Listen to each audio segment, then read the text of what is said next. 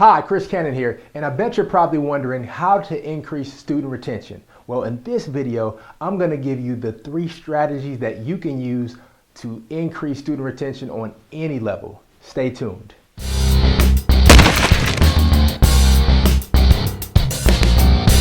When it comes to student retention, there's actually 3 different areas that influence all student retention on any level, whether it's elementary, middle school, or high school, and even at the collegiate level. And I call these the 3 C's. And those 3 C's are curiosity, control, and cooperation. And I want you to think about this from the aspect of video games. You and I both understand that young people, that's something that they love. They can play it for hours and hours on end. But when it comes to schoolwork and being interested and engaged in schoolwork, sometimes there's a challenge. So certain things that young people do, we have to pay attention to it and adopt some of those things from other areas that are influencing and engaging and retaining our youth. So let's go back to the 3 C's. Number 1, the first C is curiosity. When it comes to retaining students, make sure that you have something that kind of piques their curiosity. And the best thing that you can do is answer the question that all of us have, and specifically young people: what's in it for me? You know that by nature, young people are very selfish by nature. So if you can kind of answer the curiosity that they have by letting them know what's in it for them, that can definitely retain your students and student engagement and also student involvement on a holistic level. But what it also does is that it keeps them coming back for more, because you don't want to give them all that you have to offer at once. I mean, we don't do that from an educational perspective. I mean, it's like when you teach a certain level of math, you don't teach everything in one day, you give it bit by bit. And that's what we have to do overall to keep our students retained. Give them a little bit every single day to let them understand what's in it for them. But keep that curiosity piqued, because again, it keeps them coming back. The second thing is control. What do I mean by control? What I mean by control is, again, let's go back to video games.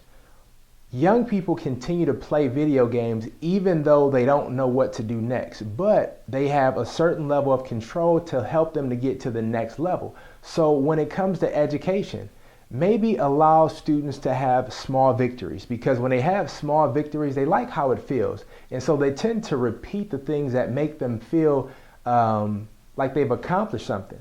So again, make it so that you are parallel to video games, if you will. And what I mean, just to kind of bring it home to clarity, is that you have different levels in your learning, because there's different levels in video games. So the first level is difficult, but it's easy enough that they can at least reach some level of success to keep them wanting to come back to conquer that next level, because we all like to be winners and we all like to achieve something.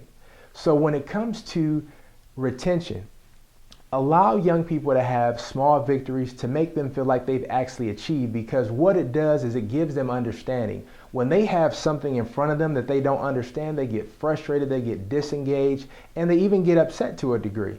So when they have something that they at least understand, not that it's easy, but there's some level of difficulty there, but they at least understand it, what it does is it actually increases their motivation to go further with it, because they know that there's some level of success that I myself can achieve. And that's what we want to place. Now, when it comes to the last C, is cooperation. That really deals with the relationship, because if you don't have a relationship with your students, they're not going to be curious because they don't care, because they feel like you don't care. They're not going to even care about the control that they might have in the subject matter, because again, the relationship is in jeopardy. There's no reason why they should even continue on. They don't understand because they don't care, and there's no motivation to continue on. So the cooperation is extremely critical. And especially, again, when you equate it to video games. Again, young people have a very strong relationship, if you will, with video games, even though it's technology. But they have the relationship with video games because that video game provided them some level of achievement, some level of accomplishment, and some level of control. But it also made them feel like they have accomplished something. There's a small chemical that's released in our body that's called oxytocin. This is the prime reason why there's so many people on Facebook 24 hours of the day, because of how it makes them feel.